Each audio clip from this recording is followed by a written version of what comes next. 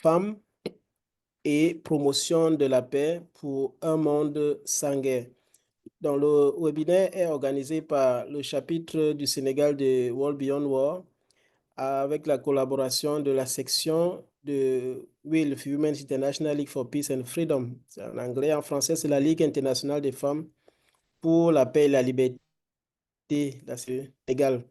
Donc, nous remercions la secrétaire générale, Mme Astou, et les co-coordinateurs du Sénégal, Bamba et Suzanne Bodji, qui ont pris l'initiative d'initier cet événement. Donc, c'est un plaisir pour moi, en tant qu'organisateur africain de World Beyond World, de vous accueillir pour cet échange qui a lieu à l'occasion de, de la célébration de la journée des droits de la femme.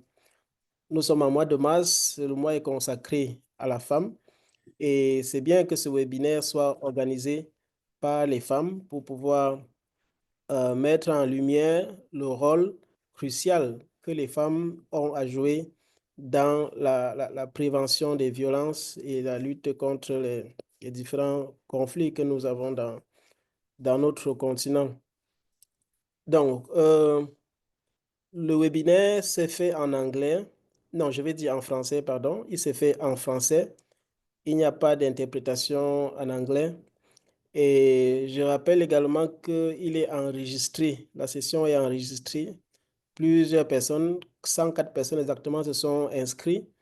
Et tout le monde ne pouvant pas se connecter pour diverses raisons, le webinaire est enregistré et l'enregistrement sera partagé après à tous ceux qui ont été, qui sont inscrits.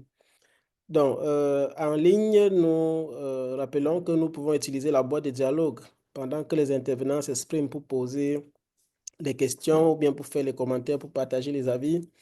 Nous pouvons également activer l'icône pour lever la main quand le modérateur aura donné le signal qu'on peut intervenir, soit pour poser une question, soit pour apporter un commentaire, partager une expérience, faire une contribution.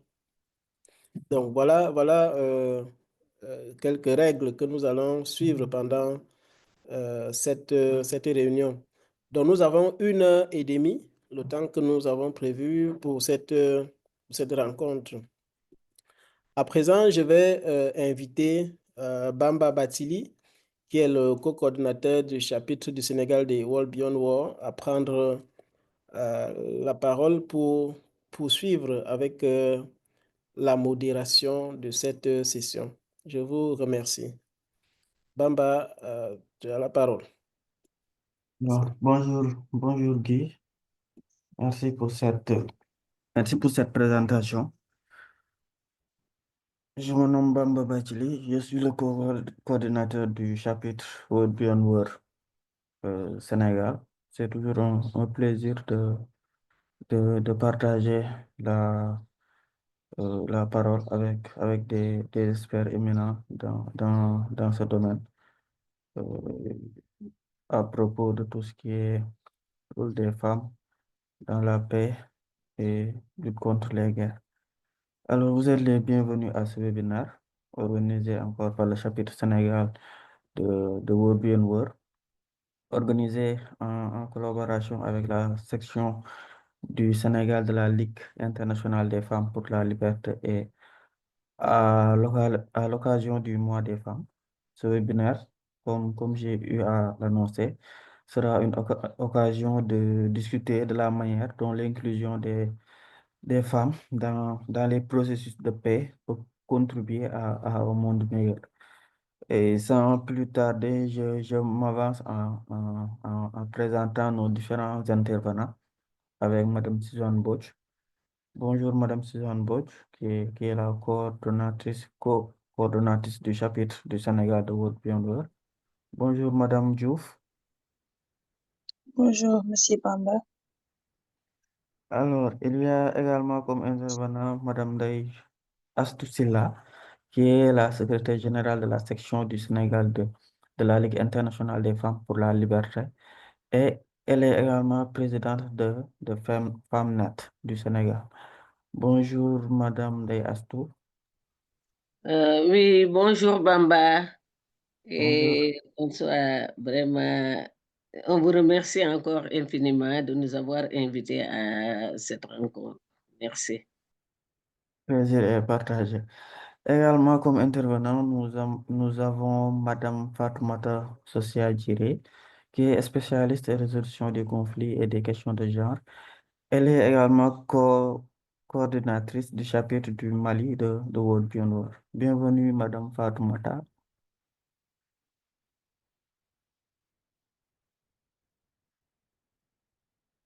Le micro est fermé. Ok, merci beaucoup, Bamba, pour l'invitation. Je vous en prie. C'est un plaisir. Alors, bon, on ne peut pas faire un webinaire réellement sans l'intervention, euh, même si nous sommes euh, pour le mois de la femme. Il y a également un intervenant avec M. Cheikh Gueye, qui est chargé de projet à l'organisation Action for Change Sénégal. Bienvenue, Monsieur Gueye.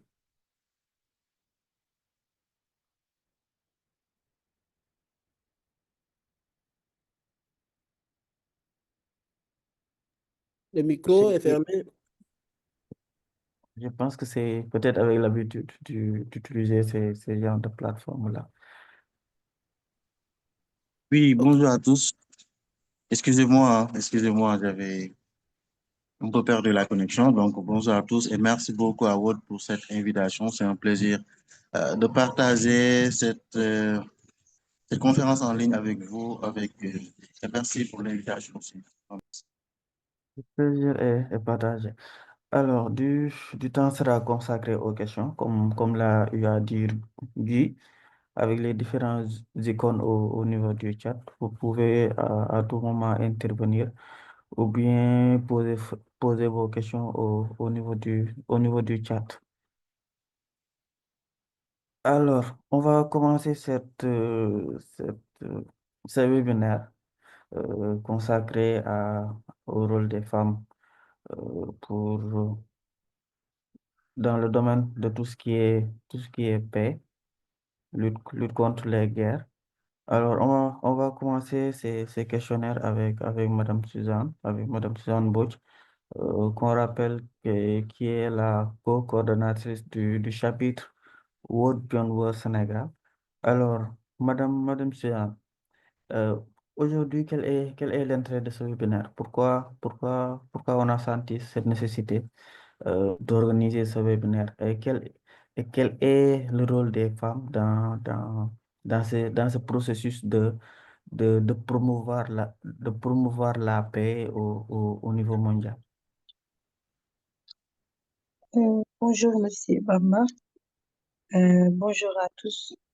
Je tiens tout d'abord à vous remercier chaleureusement pour votre présence à ce webinaire organisé par le chapitre sénégalais de World Beyond War en collaboration avec la section du Sénégal de la Ligue internationale des femmes pour la liberté. Donc, votre participation ici témoigne de l'intérêt, de l'engagement que vous portez aux questions de paix, de sécurité et d'inclusion des femmes, donc dans ces processus essentiels. Je salue également Monsieur Gui pour sa disponibilité et aux intervenants Monsieur Cheikh, Madame Assou et également Madame Fatoumata, donc ainsi que toutes les personnes qui ont œuvré voilà, à la réussite de cet événement. Donc ce webinaire est une occasion précieuse d'échanger et de réfléchir ensemble aux défis et aux opportunités donc qui sont liées à la participation des femmes dans la construction de la paix. Et j'espère que les discussions seront enrichissantes et inspireront vraiment des actions concrètes pour promouvoir un monde sans guerre. Voilà, merci encore à toutes et à tous pour votre présence et votre engagement. Donc, c'est Suzanne. Je suis étudiante en M2P Sécurité. C'est dire que je suis diplômée en sciences juridiques et politiques. Et actuellement, j'ai eu l'opportunité de contribuer à des initiatives qui visent à renforcer l'intégration régionale à travers des projets de plaidoyer, des événements, des campagnes de sensibilisation, donc destinées à favoriser l'unité et la solidarité au sein de la communauté ouest-africaine. Donc, je m'intéresse également au rôle crucial des femmes dans les processus de paix et à leur contribution déterminante donc, dans la prévention et la résolution des conflits. Donc, je suis très ravie de participer à ce webinaire pour partager mon expérience et échanger sur l'importance de l'inclusion des femmes dans les processus de paix dans un monde juste et équitable. Donc, pour revenir à la question de M. Bamba, qui s'intitule ou bien qui revient sur l'intérêt du webinaire. Donc, c'est dire que ce webinaire il revêt un intérêt tout particulier. Donc, il se tient dans le cadre du mois des femmes, une période dédiée à la reconnaissance du rôle essentiel des femmes dans nos sociétés. Et il nous offre également l'opportunité d'aborder un enjeu fondamental qui est la promotion de la paix à travers l'inclusion active voilà, des femmes dans les processus de paix. Vous n'êtes pas sans savoir que les femmes, par leur rôle central dans leur communauté et leur capacité à bâtir des ponts entre les différentes parties, donc, jouent un rôle déterminant dans la prévention des conflits et la consolidation de la paix. Donc, pourtant, leur contribution, elle reste souvent sous-estimée et insuffisamment reconnue. Donc, ce webinaire nous permet donc de mettre en lumière ces contributions, d'échanger sur les défis auxquels les femmes font face et explorer des pistes pour renforcer leur participation donc, dans la construction d'un monde sans guerre. Et en discutant ensemble aujourd'hui, je pense que nous aurons l'opportunité de réfléchir aux stratégies les plus efficaces pour faire entendre leur voix, c'est-à-dire entendre la voix des femmes dans les processus de décision liés à la paix et à la sécurité. Et également, je pense que ce serait l'occasion de rappeler que la paix ne saurait être durable, donc sans justice sociale, sans égalité, mais également sans l'implication pleine et entière voilà, des femmes.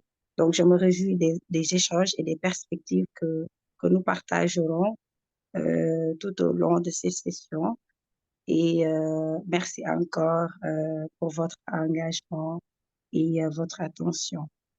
Merci beaucoup, M. Maman. Merci pour cet éclaircissement. On a bien senti cette nécessité aujourd'hui par rapport à ce webinaire, sur tout ce qui est la promotion de la paix, le rôle des femmes dans ce processus-là.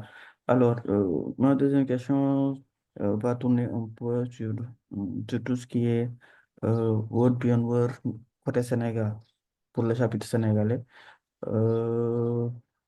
Quelles sont les actions qui ont été faites ou bien qui seront faites pour un peu associer les femmes dans la construction de la paix? D'accord. Bon, tout d'abord, World Beyond War, le monde sans guerre, c'est un mouvement mondial donc, qui est dédié à l'abolition de la guerre. Et, il a été fondé en 2014 et il milite pour un monde sans conflit et également promeut des alternatives non violentes et des solutions qui sont basées sur la paix durable. Donc, c'est une organisation qui travaille à travers l'éducation, à travers le plaidoyer et des campagnes qui visent à réduire les dépenses militaires, à démanteler les bases militaires, comme on en a fait avec la fermeture des bases militaires à Djibouti, avec l'ex-coordonnatrice du chapitre, Madame Marion. Et World Pyongyang également essaie d'encourager la résolution pacifique des conflits. Donc, elle s'appuie sur des chapitres comme celui-ci et des partenaires dans plusieurs pays pour organiser des webinaires, des formations ou bien des actions locales. Donc, elle a une approche qui repose sur trois piliers. Le premier pilier, il s'agit de démilitariser la sécurité, c'est-à-dire de réduire l'armement et les dépenses militaires. Le deuxième pilier, il s'agit de gérer les conflits sans violence par la diplomatie et la justice. Et le troisième pilier, il s'agit de créer une culture de paix, donc par l'éducation et, comment dirais-je, et le changement, voilà, des mentalités. Donc, revenir à la question que fait le chapitre sénégalais Wode Pyongyang pour promouvoir la participation des femmes à la construction de la paix. Moi, je dirais que le chapitre sénégalais de Wode Pyongyang, il œuvre activement donc, pour promouvoir la participation des femmes à la construction de la paix à travers plusieurs initiatives. Donc, il s'agit de la sensibilisation et du plaidoyer. Donc, le chapitre organise des événements, des campagnes de sensibilisation et des formations. Donc, pour mettre en lumière le rôle essentiel des femmes dans le processus de paix et de résolution des conflits. Et ce sont des initiatives qui visent à changer les perceptions sociétales et politiques et qui montrent que la paix durable, donc, ne peut être atteinte sans l'inclusion active des femmes, comme je venais de le dire, dans les discussions et décisions, donc, qui concernent la sécurité et la réconciliation. Et le deuxième aspect, il s'agit de revenir sur le renforcement des capacités des femmes leaders, car le chapitre sénégalais, il soutient des programmes de formation et de mentorat, donc, pour renforcer les compétences des femmes, notamment en matière de négociation, en matière de médiation et de leadership. Et il facilite également l'accès des femmes aux espaces où se prennent des décisions de paix et les prépare à assumer des rôles de leadership, que cela soit dans des structures communautaires, dans des structures nationales ou internationales. Il y a également un troisième aspect que je vais nommer euh, le fait de nouer des partenariats avec des organisations féminines locales et internationales, comme on l'a fait aujourd'hui. Donc, le chapitre sénégalais, il collabore avec des organisations féminines telles que la Ligue internationale des femmes pour la liberté, pour créer, comment je peux l'appeler, pour créer des synergies et des actions communes qui vont favoriser l'inclusion des femmes dans les processus de paix au Sénégal ou bien en Afrique. Il y a également la création d'espaces de dialogue et d'échange et en organisant ces genres de webinaires, donc ou bien des conférences ou bien des tables rondes, le chapitre sénégalais offre un espace pour que les femmes puissent partager leurs expériences, leurs idées, leurs solutions innovantes pour la paix. Donc, ce sont ces événements qui vont favoriser également les échanges entre les femmes des différentes régions de l'Afrique et qui vont renforcer ainsi les réseaux de solidarité féminine en, en matière de paix, en matière de paix. Et maintenant, parler de ces actions revient également à, à parler, voilà, à revenir sur les sessions de formation que le chapitre organise. Et dans le cadre de la célébration du mois des femmes, le chapitre sénégalais donc, a organisé un webinaire en collaboration avec des partenaires locaux et internationaux. Et il a soutenu également plusieurs projets menés par des associations féminines. Et le chapitre sénégalais également encourage la participation des femmes sénégalaises à des forums régionaux euh, sur la paix. Donc, ce sont des actions concrètes donc, qui illustrent l'engagement du chapitre sénégalais de Wode Pyongyang pour intégrer pleinement les femmes dans la construction de la paix en leur donnant des outils une voix et également une place donc, dans les processus décisionnels. Et en novembre 2024, donc, le chapitre sénégalais avait participé à la conférence régionale africaine de Wodjongwa intitulée Imagine Africa Beyond War. Donc, c'était un événement qui a réuni des activistes et des organisations de toute l'Afrique donc, pour discuter des moyens de mettre fin aux guerres et également de promouvoir la paix sur le continent. Donc, il y aura pas mal d'activités que le chapitre sénégalais fera, notamment sur les campagnes de sensibilisation, comment dirais-je, sur les plaidoyers, comme on en avait fait avec Hands of Sudan, avec Stan Louis Congo, fermer les bases militaires à Djibouti et no base in Africa. Donc, le chapitre sénégalais, il essaie d'œuvrer sur ça pour essayer de garantir un avenir plus pacifique et également plus équitable. Donc, je vais m'en arrêter là pour cette question, M. Bamba. Merci. Merci beaucoup, Suzanne, pour cette explication par rapport au rôle prépondérant du chapitre Sénégal dans la promotion et la participation des femmes à la construction de la paix. Alors, sans plus tarder, on va passer à Madame Astou. On rappelle qui est Madame Ndeye Astou Sylla, qui est secrétaire générale de la section du Sénégal de la Ligue internationale des femmes pour la liberté, et elle est également présidente de FemmeNet Sénégal. Madame Astou, avant de revenir un peu sur les questions, vous pouvez un peu nous parler de la Ligue internationale des femmes et également de FemmeNet. Merci beaucoup. Je vous remercie infiniment par rapport à cette invitation qui nous tient à cœur, nous, au groupe WILF Sénégal. Et nous allons démarrer par vous saluer encore une fois davantage et vous dire que ce thème vient à son heure, dans la mesure où notre pays aussi a vraiment affronté un conflit armé pendant plus d'une trentaine, voire 40 ans. Donc, nous allons démarrer par rapport à cela et je vais partager aussi mon temps d'antenne avec une des leaders qui se trouve être à Ziguinchor pour vraiment développer quelque chose dans le pays. Donc, je m'en vais démarrer. Allez-y, vous pouvez donner l'autre.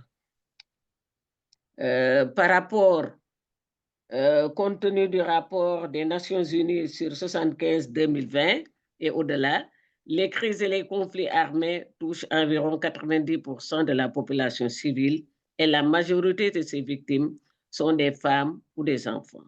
En effet, les femmes dans beaucoup de pays font face à des atrocités sans nom dans des contextes de guerre, tels que viol, trafic sexuel, stérilisation forcée, etc. Donc, nous allons poser une question. Quel levier pour accélérer la participation des femmes à la paix? Selon le secrétaire général des Nations Unies, une contribution des pays fournisseurs d'aide publique au développement nous dit que 75% au secteur de l'égalité des sexes est nécessaire pour de réels effets de réduction des inégalités de genre au niveau international. De leur côté, les études sur le genre et paix affirment que les avancées en termes d'égalité de genre ne pourraient se réaliser qu'à travers une lutte systémique contre les discriminations à tout niveau et échelle des politiques publiques afin d'atteindre les mentalités. Des approches genre doivent donc être mises en place par des États autant plus qu'en temps de paix, afin d'inciter la formation d'un système plus égalitaire et de s'assurer de sa robusteté en cas de crise. Donc, pour solution durable gagnant-gagnant, nous avons, comme l'a dit tout à l'heure Suzanne, mais nous allons faire un listing de quelques solutions. On va passer par le dialogue, la sensibilisation, la prévention, la médiation, la participation, l'inclusion, le plaidoyer, la formation des formateurs, des forats, des émissions de radio communautaire et activités de veille et d'alerte. C'est ce que nous allons proposer par rapport à ce que vient de dire Suzanne au niveau de nos, d'une manière globale, mais au niveau de notre pays aussi, on peut faire quelque chose. Et comme recommandation, excusez-moi, hein, promouvoir la sensibilisation à la paix à travers des programmes éducatifs et des campagnes de sensibilisation pour aider à créer une culture de la paix au sein des communautés et des sociétés.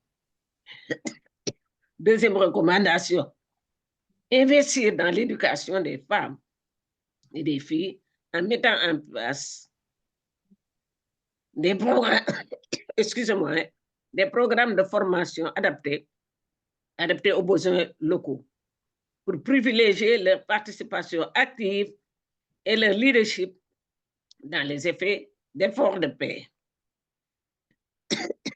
Quatrième point, c'est faire une analyse sexe-spécifique pour définir les rôles et responsabilités de chacun en période de crise.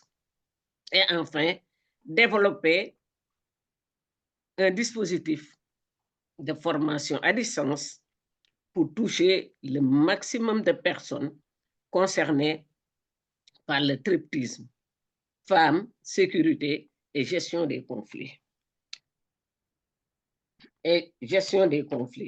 Donc, je vous remercie en attendant les réactions et autres. Mais tout d'abord, comme je n'ai pas épuisé mon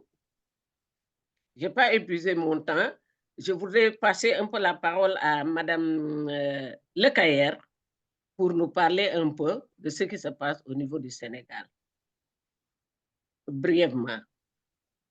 Bienvenue à Madame Lecayer. Vous avez la parole et nous sommes enchantés de vous recevoir dans ce webinaire qui parle de l'inclusion des femmes dans le processus de paix. Bienvenue à Madame Lecayer et vous avez la parole.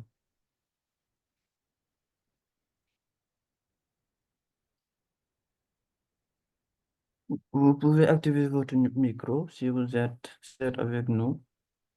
Elle est avec nous.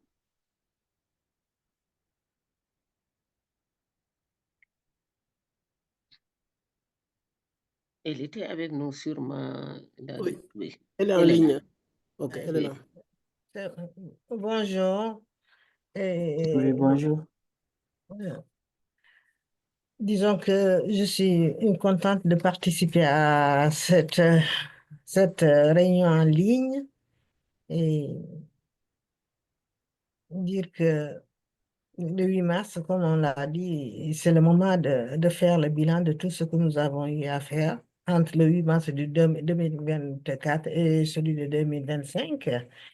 Et ici, nous parlons de la construction de la paix et nous pensons que comme le Sénégal a vécu un grand conflit dans sa partie sud du pays, qui est la Casamance, et aujourd'hui, nous parlons de paix.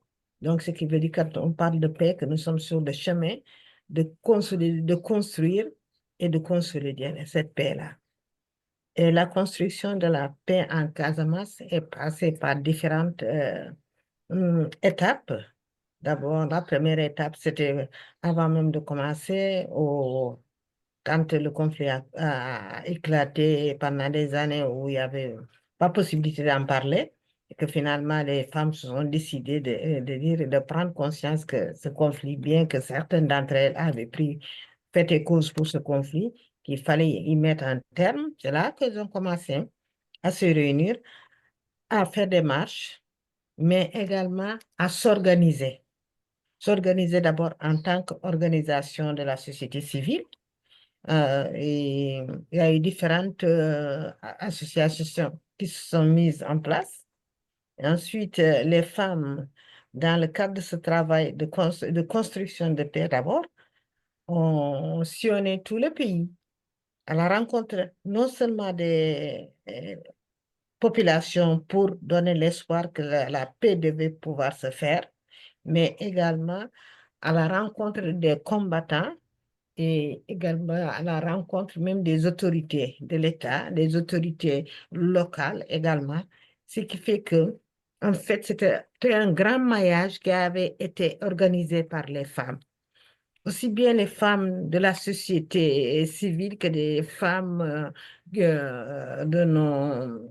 des femmes traditionnelles et des cultes, et tout le monde a participé à ce que l'on puisse asseoir cette paix-là. C'est ainsi que, de fil en aiguille, des rencontres, la pacification a commencé, des rencontres communautaires, des formations au sein des populations, mais également même les combattants ont été formés pour pouvoir s'asseoir autour d'une table et essayer de négocier des recherches de paix, de solutions, en prenant comme base les revendications que le MFDC avait, comment on peut dire ça, avait émise et dire que voilà ce que nous attendons pour la restauration de la paix. Et c'est sur cette base-là qu'il y a eu des propositions qui ont été faites et il y a eu des rencontres avec les hautes autorités de l'État. On a continué ce travail-là. Les militaires ont participé également avec les femmes à travailler pour construire, pour asseoir cette paix. Donc finalement, c'était quelque chose, comme on dit, les femmes ont commencé à inculquer au sein de la population, même au sein des combattants, l'espoir qu'une paix pouvait se réaliser. Faudrait-il que chacun d'entre nous y met du sien. Et voilà comment, à travers, comme je l'ai dit, ces rencontres de femmes, ces rencontres avec les combattants, ces rencontres avec les autorités, au fin fond même des villages, les gens ont commencé à s'asseoir et à parler. Et tout en avançant, on a compris que aussi, il fallait que ces jeunes qui sont nés dans ce conflit soient informés, qu'ils soient formés également et qu'on mette la graine de paix dans leur esprit, dans dans les relations qu'ils peuvent tisser, parce que finalement, ces jeunes sont nés dans la violence et une autre manière de s'exprimer très souvent que par la violence. Alors, comme on a commencé, des organisations de jeunes ont vu le jour, accompagnées par les organisations d'hommes et de femmes à travers le pays. Donc, nous pensons que continuer, consolider cette paix, ça veut dire toujours aller vers la médiation.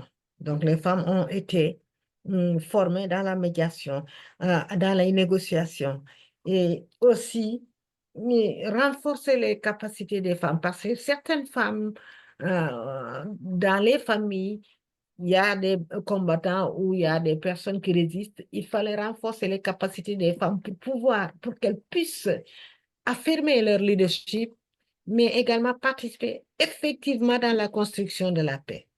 Parce qu'il fallait qu'elles puissent se lever et parler en public. Tout ceci, ce sont des actions qui ont été menées par les organisations de la société civile pour que les femmes puissent revendiquer non seulement leurs droits, mais également apporter ce qu'elles avaient de plus, cet amour pour la paix, pour que tout le monde puisse y partager.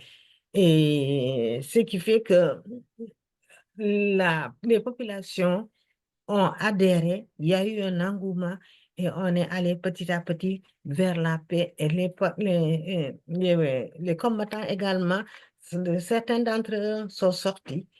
Et tout ceci augure comme quoi il est nécessaire d'utiliser la diplomatie, il est nécessaire d'utiliser le dialogue, il est nécessaire de prévenir, parce que dans le cadre de la prévention, quand on construisait la paix, il a été mis des comités de gestion de paix pour lutter contre tout ce qui pouvait être des obstacles contre cette paix qu'on voulait asseoir, tels que les litiges fonciers, quand des personnes pouvaient revenir et retrouver d'autres sur leur terre, tels que l'exploitation des ressources, tels que aussi la place des femmes dans tout ce qui est construction communautaire, dans la gouvernance locale, dans la gestion économique des ressources, et aussi dans le fait que leur voix doit porter pour qu'on prenne en compte leur contribution. Parce que il va sans dire que pour asseoir la paix, les femmes ont vraiment contribué. Nous ne pouvons pas dire que c'est elles qui ont apporté la paix, mais une grande partie a été construite par les actions des femmes à travers tout le pays. Je dis à travers tout le pays parce qu'il y a beaucoup d'initiatives qui ont traversé le fleuve Gambie pour venir vers la partie nord du Sénégal et aller vers la partie sud du Sénégal également, pour que toute la population sénégalaise se sente concernée par ce conflit. Et je pense que c'est tout le Sénégal, toutes les femmes du Sénégal, à travers les actions qui ont été menées par les unes et les autres dans d'autres villes, dans des symposiums, dans des rencontres, que nous avons pu asseoir cette paix et que nous cherchons aujourd'hui à consolider en appuyant, en luttant pour que les droits des femmes soient respectés et que toutes les formes de violence qu'elles vivent, de discrimination qu'elles vivent au sein des familles, dans la société et également dans les sphères de prise de décision, que toutes ces formes de violence-là soient bannies et qu'on arrive à la réalisation des droits des femmes. Merci. Je pense que j'ai été trop longue, mais quand je commence, je ne m'arrête plus. Excusez-moi. Voilà, je ne sais pas si j'ai répondu à vos... Donc, Ndeye-Marie, merci beaucoup. Et je voudrais juste ajouter par rapport aux personnes déplacées qui sont dans des difficultés. Oui, Là, tout à quand même, fait. il faut qu'on en parle aussi. Merci beaucoup. Effectivement. Merci. Donc, notre temps Vous pouvez Elle est a continuer, épuisé notre temps. vous pouvez Merci beaucoup. continuer sur ce point. Mhm. Pardon? Vous pouvez continuer sur ce point.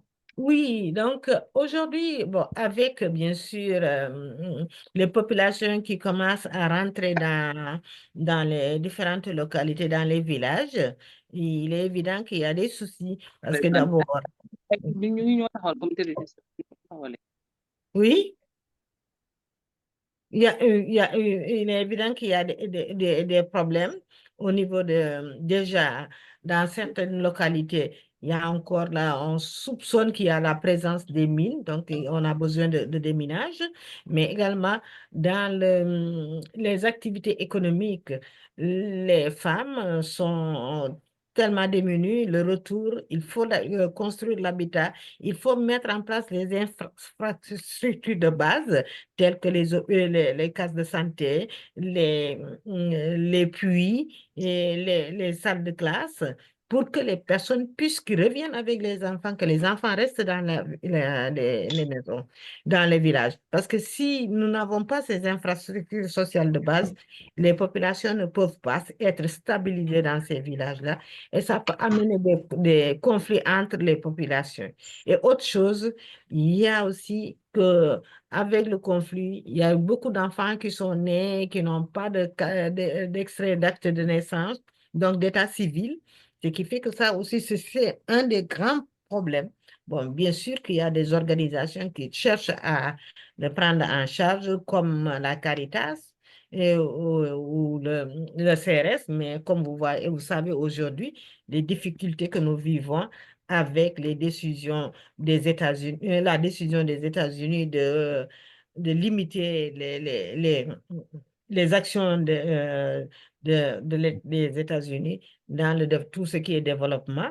Donc ça aussi, ça va porter atteinte à tout l'accompagnement qui est offert aux populations déplacées de retour, dans la construction des maisons, dans le déminage, dans la mise en place d'activités, on dit génératrice, moi je veux dire dans la mise en place d'activités économiques qui permettent aux populations d'améliorer leurs conditions de vie, mais de sortir de la précarité et de pouvoir maintenant s'assumer et consolider cette paix-là. Elle se consolidera qu'avec ces populations qui sont installées dans leur zone en évitant les litiges fonciers, parce que ça aussi c'est un grand souci, mais également en renforçant le dialogue pour que la cohésion sociale puisse se faire au sein de ces populations de retour, et avec les riverains, avec les résidents, mais également, vous savez que la population, la paix, on essaie de l'asseoir,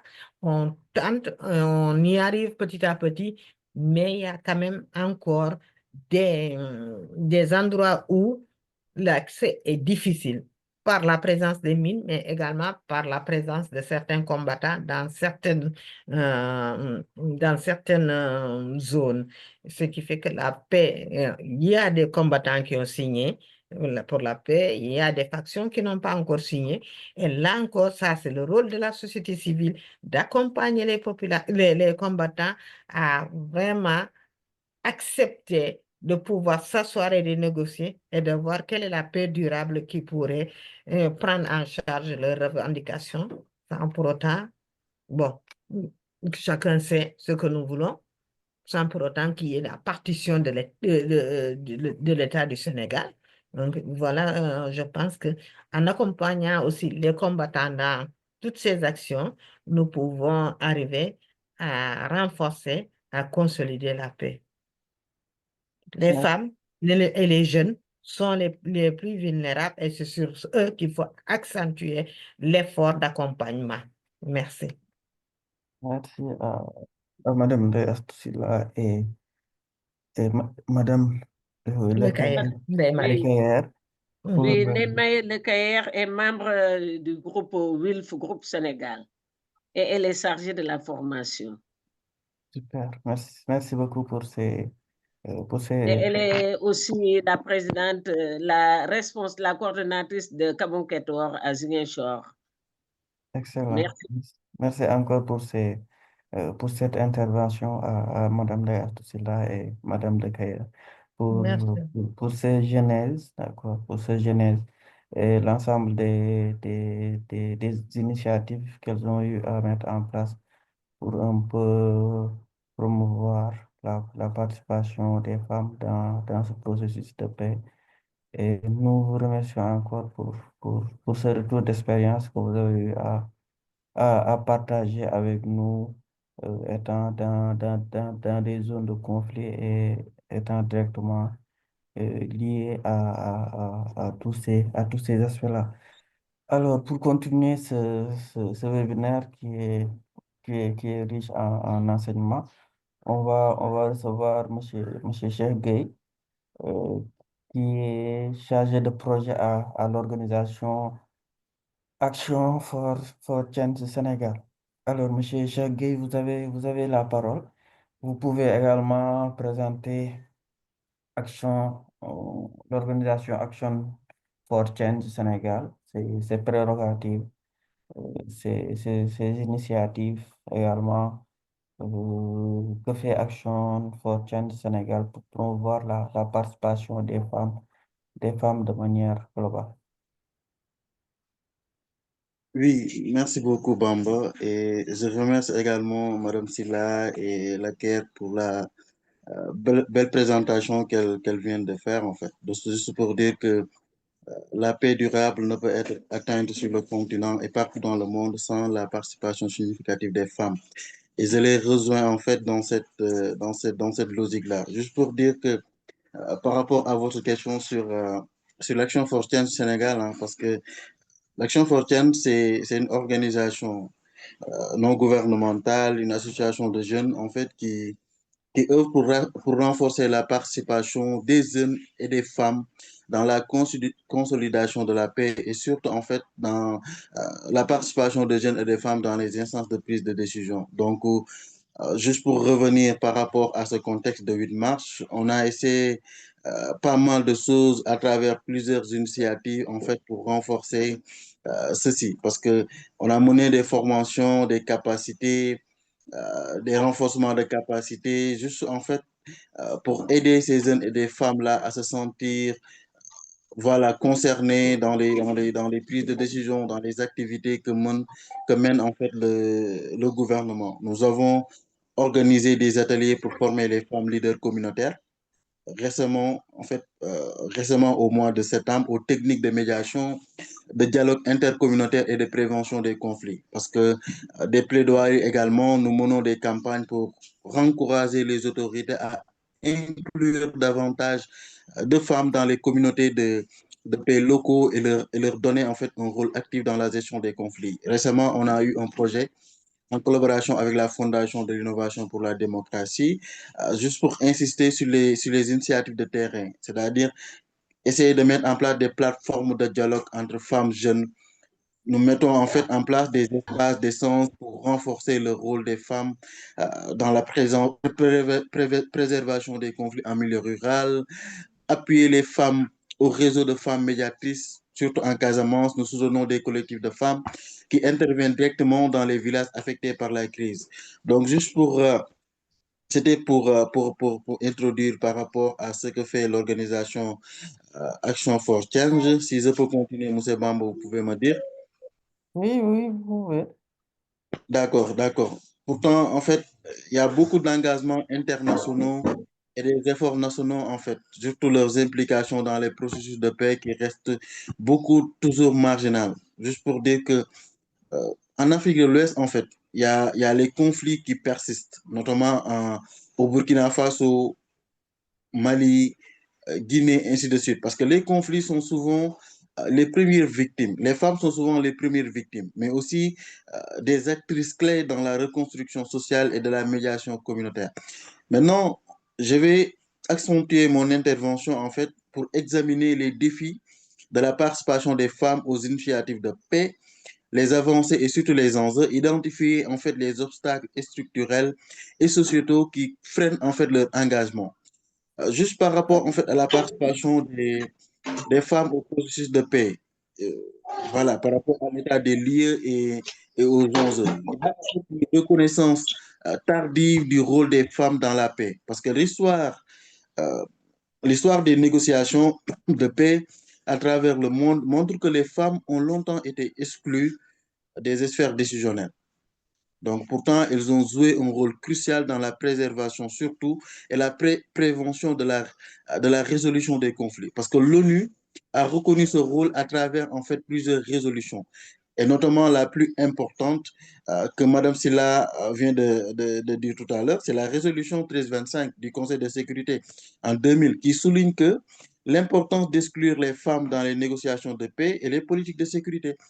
Parce qu'en Afrique, il y a des figures historiques, en fait, comme Ellen Johnson Sirleaf, qui est la première femme présidente en Afrique, au Libéria, ou Winnie Mandela, qui ont illustré, en fait, la capacité des femmes à influencer, en fait, les dynamiques de paix et de réconciliation. Maintenant, pour revenir un peu sur cet aspect-là, il est important également de parler de ONU Femmes, voilà, Women Peace and Security Report, qui est revenu largement sur historiquement comment les femmes ont joué un rôle central dans la gestion des conflits et la consolidation de la paix, qui sont souvent sans reconnaissance officielle.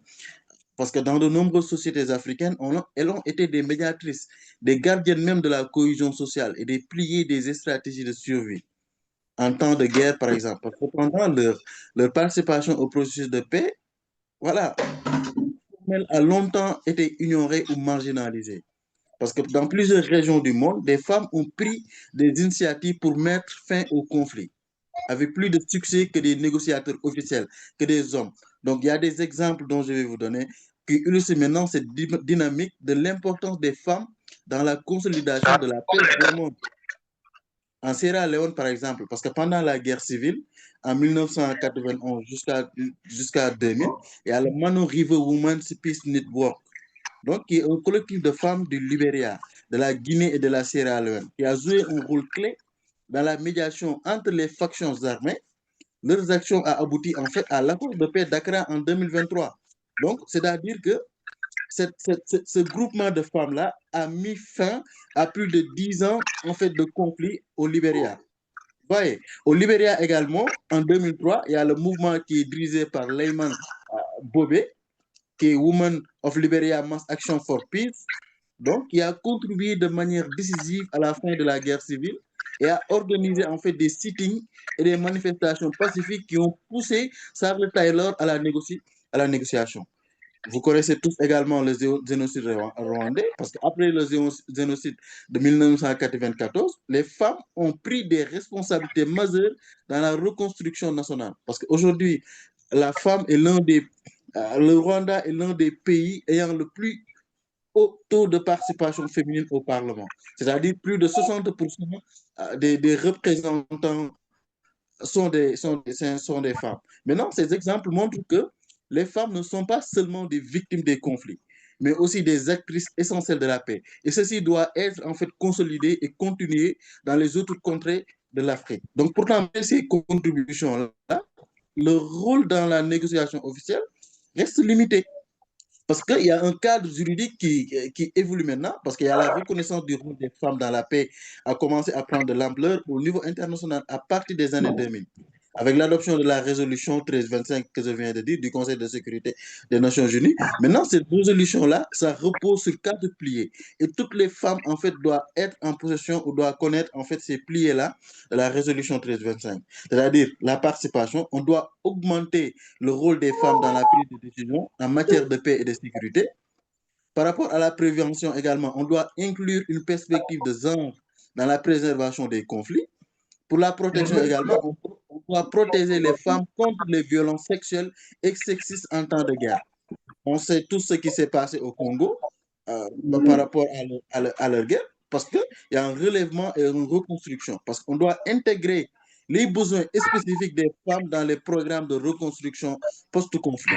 Il y a d'autres résolutions, bien évidemment, qui ont suivi pour renforcer cet engagement, notamment la résolution 1820 de 2008 sur la lutte contre les violences sexuelles en période de conflit, et la résolution 2242 en 2015 qui s'applique ou bien qui s'appelle à un meilleur financement des initiatives de paix utilisées par des femmes. En Afrique, en fait, il y a plusieurs pays qui ont adopté les plans d'action nationaux sur la mise en œuvre de la résolution 1325.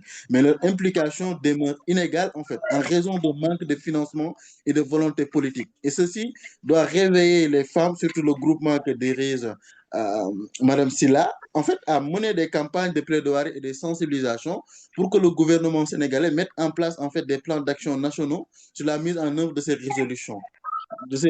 Là, non seulement pour la préservation et la résolution des conflits, mais pour permettre à ces femmes, en fait, de se refaire et d'être présentes dans les instances de prise de décision. Parce que la situation en Afrique de l'Ouest et au Sénégal, par exemple, en Afrique où les conflits armés persistent, Mali, Burkina, Niger, Casamance, parce que la reconnaissance du rôle des femmes dans la consolidation de la paix, ça progresse, mais de manière limitée.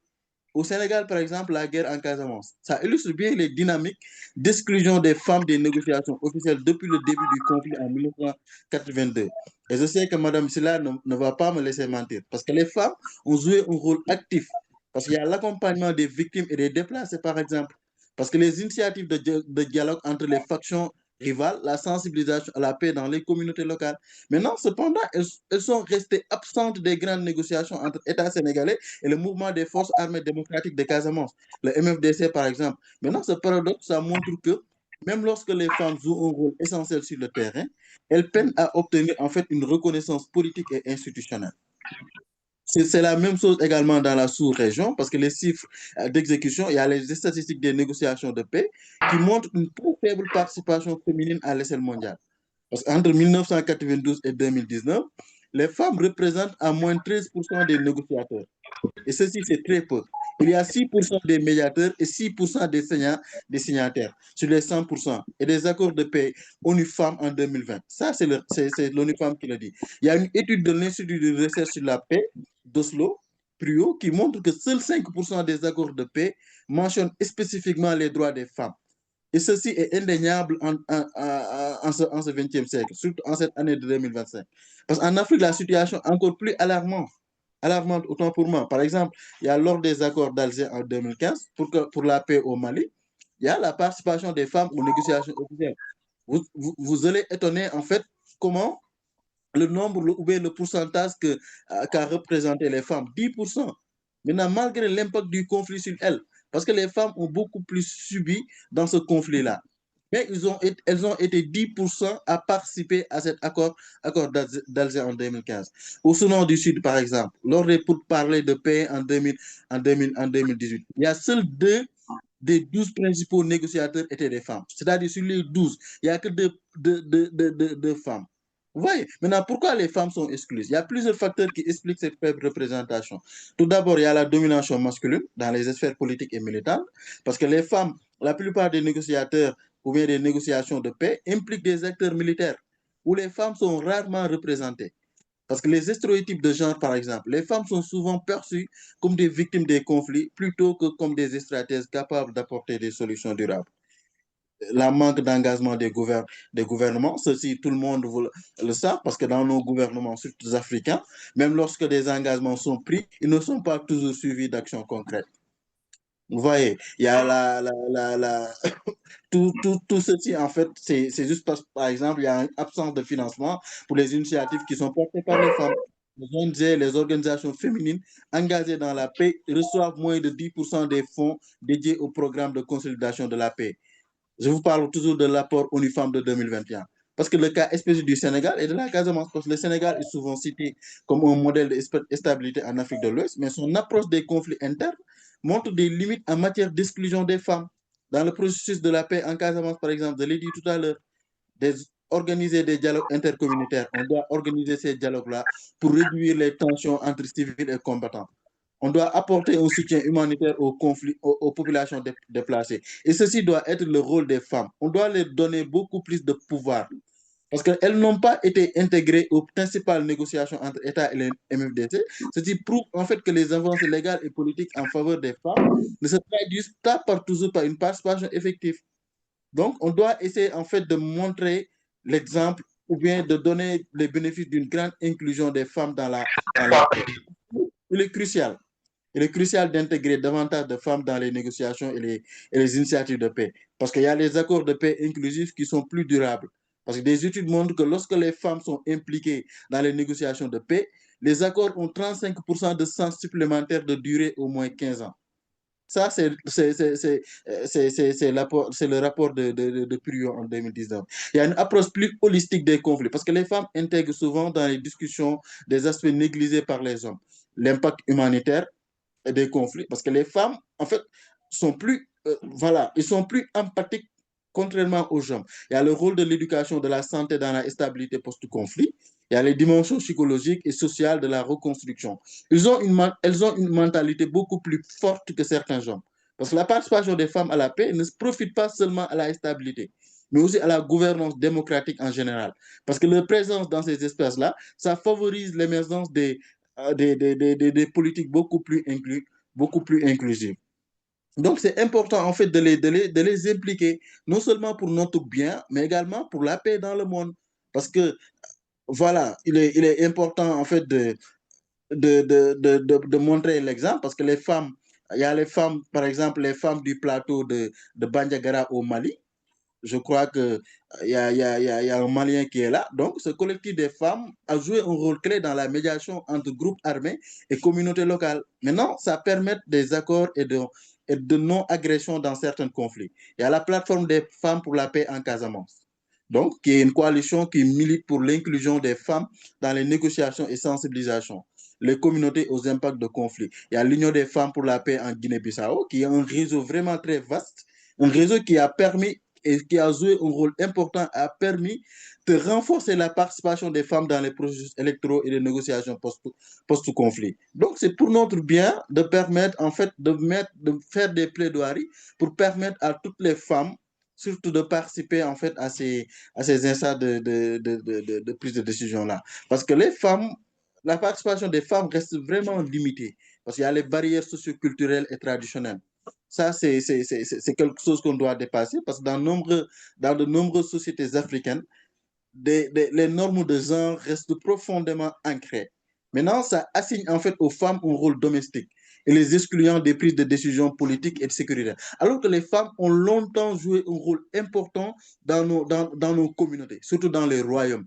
Je parle ici au Sénégal, les femmes de Nder, par exemple, qui, il y a un certain moment où les hommes n'étaient pas présents dans les villages, c'est eux qui se s'étaient constitués en groupe pour continuer les mœurs, pour contrer les mœurs qui étaient venues pour piller leurs ressources. Et on sait tout ce qui s'était suivi avec, pour ne pas perdre leur dignité, ils ont décidé de rentrer dans une case pour s'immoler, juste pour préserver cette dignité-là. Parce qu'au Sénégal, il y a les instituts traditionnels, il y a les conseils des sages qui sont majoritairement composés d'hommes, on est d'accord. Même dans les espaces informels, les femmes peinent à se faire entendre sur des questions considérées comme masculines, comme la gestion des conflits armés, par exemple. Parce qu'il y a un manque de volonté politique et institutionnelle, il faut le dire, parce que même les cadres législatifs, ça favorise l'inclusion des femmes, parce que leur mise en œuvre laisse limiter le code de la famille, le code du travail. Ce sont des codes ou bien des cadres juridiques qu'on doit revoir pour permettre à ces femmes-là de bien s'épanouir et d'avoir une autonomisation beaucoup plus générale.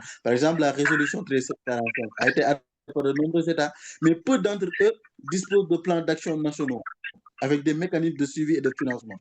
Et ceci doit être en fait un combat que doit mener l'ensemble des organisations de femmes au Sénégal. Et je vous encourage, Madame Silla et Laquer, en fait, de mener ce combat-là. Parce que de plus, la faible représentation des femmes dans les sphères politiques contribue à leur exclusion des processus de paix. En 2003, par exemple, seulement 25% des parlementaires en Afrique étaient des femmes, selon l'Union interparlementaire. Il y a un manque d'accès aux ressources et aux opportunités, parce que les femmes sont souvent marginalisées, il faut le dire, dans les opportunités de formation, de financement et d'accompagnement pour s'engager dans les initiatives de paix. Il faut les encourager à mener des études beaucoup plus poussées, jusqu'à un doctorat, par exemple. Il y a quelqu'un qui a parlé de ça dans les SAT. Parce qu'en Casamance, plusieurs organisations de femmes ont tenté de jouer un rôle dans la médiation. Mais le manque de ressources, surtout une absence d'éducation, en fait, ou de soutien institutionnel, ont freiné leur impact. Je vais terminer par là en mettant l'accent peut-être sur des recommandations pour une meilleure inclusion des femmes. On doit mettre en place des quotas d'obligatoire, c'est-à-dire dans les instants de négociation de paix. On doit garantir une représentation féminine d'au moins 30%. On doit renforcer les financements dédiés aux initiatives de femmes, notamment à travers des fonds internationaux spécifiques. On doit créer des programmes de formation et d'accompagnement pour permettre aux femmes d'acquérir des compétences en négociation et médiation. On doit impliquer les femmes comme alliées. On doit impliquer les femmes comme alliées, j'insiste, parce qu'on doit mener des campagnes de sensibilisation sur les bénéfices d'une approche inclusive de la paix. C'est-à-dire qu'on doit multiplier les études et les recherches sur le rôle des femmes dans la paix en Afrique pour documenter et promouvoir les bonnes pratiques. Donc, l'implication des femmes, pour terminer, l'inclusion des femmes dans la construction de la paix n'est pas seulement une question de justice sociale. Je répète, ce n'est pas une justice sociale, mais c'est un impératif stratégique pour garantir la durabilité des accords de paix. On doit renforcer la résilience des communautés face aux conflits. Si des progrès ont été réalisés, c'est encore un long chemin à parcourir. Parce qu'à travers des initiatives comme celle menée par notre organisation, il est possible de créer des dynamiques plus inclusives et de favoriser l'émergence d'une nouvelle génération de femmes, leaders engagés dans la consolidation de la paix. Parce que la paix en Afrique ne pourra pas être atteinte sans une inclusion réelle et effective des femmes. Ça, je le crois, à tous les niveaux de processus. Il est temps d'agir. Et je vous encourage à agir dans ce sens-là. Je vous remercie et merci beaucoup. Merci beaucoup, monsieur Cheikh, pour cette intervention de qualité, d'accord, qui met en lumière le rôle des femmes dans la construction de la paix. Mais également, on sent cette plaidoyer que vous venez de faire, d'accord, qui, qui demande en quelque sorte d'inclure les femmes dans la résolution des conflits à travers l'ensemble des exemples que vous avez eu à partager avec nous. On sent nettement que les femmes jouent un rôle primordial dans la construction de la paix. Alors, avant de passer à Madame Fatoumata Djire, on vous rappelle simplement que nous sommes là aujourd'hui pour parler de femmes et promotion de la paix pour un monde sans guerre. Ce webinaire est organisé par le chapitre World Beyond War Sénégal et nous avons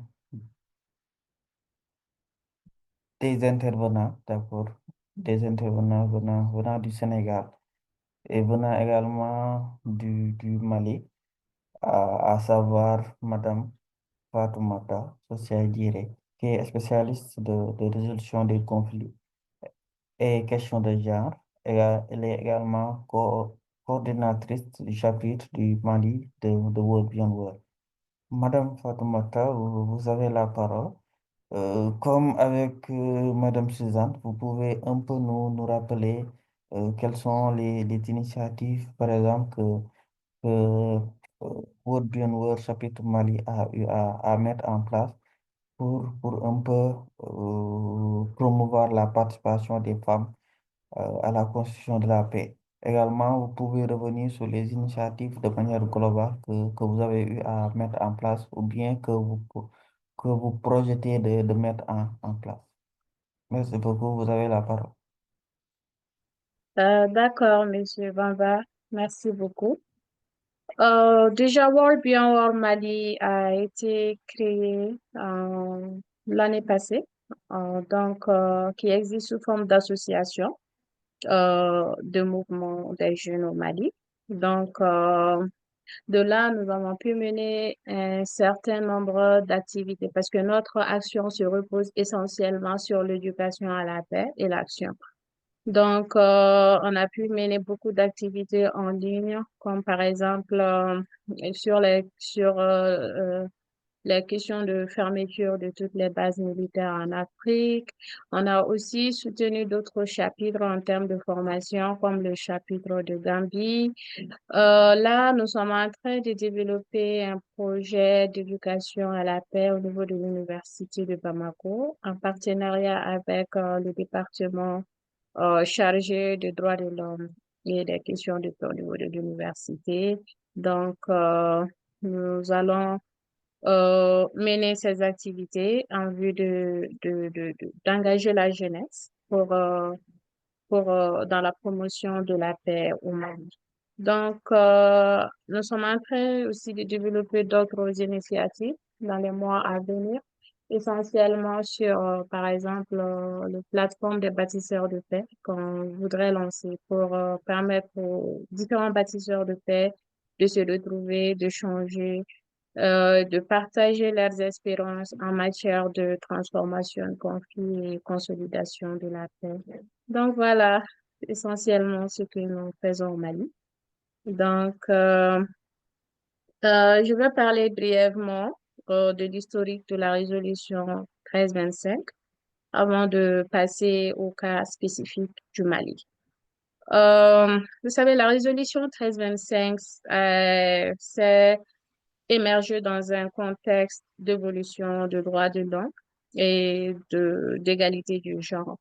Donc, notamment après les 4 conférences, les grandes conférences sur les femmes. C'est après ces grandes conférences, notamment à la conférence de Pékin, que l'idée est apparue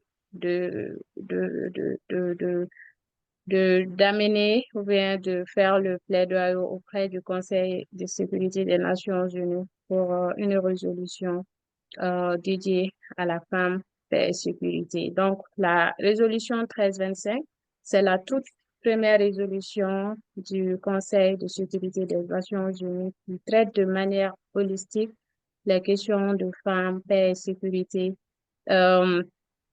au niveau international. Donc, c'est à la suite de la conférence de Pékin que la Commission sur le statut des femmes eux aussi, a organisé une réunion en 1998 avec les femmes venant des zones de conflit pour réfléchir sur la thématique, la problématique de la femme, paix et sécurité.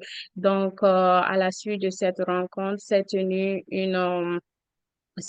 vu le jour de la création du plateforme d'ONG des femmes bâtisseurs, des femmes paix et sécurité. Donc, c'est grâce à la mobilisation et au partenariat avec la Commission sur le statut des femmes que l'adoption de la résolution 1325 a été vraiment facilitée. Donc, une période aussi importante dans le processus d'adoption de cette résolution, c'est la conférence du président du Conseil des Nations Unies en 2000, en mars, qui a parlé de l'importance de la participation des femmes dans les questions de maintien de paix et de sécurité internationale. Donc, depuis là, il y a une forte mobilisation jusqu'en octobre, finalement, la résolution a été prise donc, pour les femmes. Donc, à côté de cette résolution, il y a 6 autres résolutions connexes qui sont basées également sur la violence sexuelle comme arme de conflit, qui traite ces questions. Il y a aussi une résolution sur l'autonomisation des femmes et leur rôle dans la situation post-conflit. Il y a des résolutions sur le rôle leadership des femmes dans toutes les décisions. Donc, cette résolution vient renforcer d'autres instruments juridiques au niveau international, notamment la Convention sur l'élimination de toutes les formes de discrimination à l'égard des femmes et aussi la déclaration de Pékin et la plateforme d'action. Donc, ce sont des éléments qui constituent le cadre, l'agenda Femmes, Paix et Sécurité du Conseil des Nations Unies. Donc, la résolution 1325, c'est basé sur 3 piliers, comme l'avait abordé Cheikh. Donc, le premier pilier, c'est la prévention, c'est-à-dire c'est d'impliquer les femmes dans toutes les activités, les programmes, les projets de prévention de conflits et à tous les niveaux. On a également la protection qui met l'accent sur la protection des femmes, des droits des femmes, leur sécurité physique, leur bien-être mental, leur dignité dans les conflits. Et aussi, il y a l'autre qui est surtout basé sur la participation, qui met l'accent sur la participation active des femmes dans toutes les décisions formelles et informelles, dans les processus de prévention, gestion, de consolidation et de reconstruction post-conflit. Donc, voilà les éléments de cette résolution. Donc, la résolution a été, au niveau national, a été adoptée par beaucoup de pays, des États membres du Conseil de sécurité des Nations Unies, dont le Mali, qui a adopté son plan d'action à la suite du conflit, de la crise de 2012. Donc, ce plan d'action a contribué à la promotion, à la participation des femmes dans le processus de paix, qui viennent également compléter d'autres cadres juridiques au niveau national, comme la politique nationale sur le genre et la loi sur la parité, qui prévoit 30% du sexe défavorisé dans les instances, dans les postes politiques et d'élus. Donc, voilà. Au niveau de l'accord d'Alger, les femmes ont mené des contributions parce qu'au début, les femmes étaient entièrement exclues dans les pourparlers de l'accord. Donc, mais il y a quelques femmes qui ont pu forcer et puis pour faire des contributions.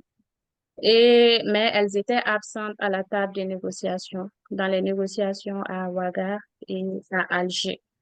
Donc, mais malgré cela, quand même, elles étaient restées résilientes. Et après cette négociation, il y avait en 2015, il y a le comité de suivi de l'accord d'Alger qui avait été mis en place, mais qui exclut totalement les femmes. Par exemple, au niveau de la commission de suivi de l'accord, il n'y avait pas de femmes pendant 5 années. C'est de 2015 en 2020. Donc, c'est à partir de 2020 que les femmes, avec leur mobilisation et puis l'appui des partenaires, que les femmes ont pu adhérer au comité de suivi de l'accord de l'Alger et le nombre s'est amélioré un peu progressivement jusqu'en 2022. Mais euh, elles avaient pu contribuer. Donc, voilà. Mais après cette période, en 2024, l'accord de paix a été déclaré euh, par l'autorité, a été suspendu. Donc, il n'y a plus d'accord de paix actuellement au Mali. Donc, ce qui reste un handicap avec les groupes armés notamment. Donc, ça, c'est brièvement l'expérience du Mali et la contribution, le Mali, bien que le Mali a fait a vraiment démontré un certain niveau d'engagement politique, de volonté politique à travers, je dirais, l'adoption des tests internationaux et nationaux. Mais jusqu'à présent, euh, la participation des femmes et la représentation dans le processus de paix reste un défi. Et il y a plusieurs barrières à cela. La première barrière, c'est vraiment le manque d'éducation des femmes dans les domaines de négociation de conflits, de dialogue. Voilà, donc tout cela les empêche d'influencer et d'être présents à la table de négociation. Il y a une autre barrière importante qui est également les barrières socioculturelles, c'est-à-dire chez nous, souvent il n'est pas recommandé, ouais, je dirais, que les femmes et les hommes se mélangent, parler des questions de paix. Euh, voilà, donc cela reste un handicap qui peut changer. Il y a aussi un autre facteur tel que la masculinité qui se voit de plus en plus dans nos politiques, de la manière dont les hommes interagissent avec les femmes et dont ils traitent les femmes. Voilà, je pense que c'est essentiellement les défis, mais au-delà de tout ça, l'implication des femmes a plusieurs bénéfices parce qu'il faut aller au-delà des lois et tests et reconnaître l'expérience unique, la contribution unique des femmes en matière dans le processus de paix et dans toutes les étapes de prévention, gestion et consolidation de la paix et que les leaders, les communautés doivent reconnaître. Il faut vraiment une éducation, l'éducation de la jeunesse, l'éducation des hommes, des femmes pour qu'ils comprennent que l'implication des femmes, ce n'est pas lié juste à une politique, mais c'est vraiment une reconnaissance, c'est vraiment des choses, des actions concrètes, des expériences qui nous amènent à le faire et puis plaider pour cette noble cause. Donc, je pense que ma présentation prend fin et je resterai ouvert aux questions. Merci.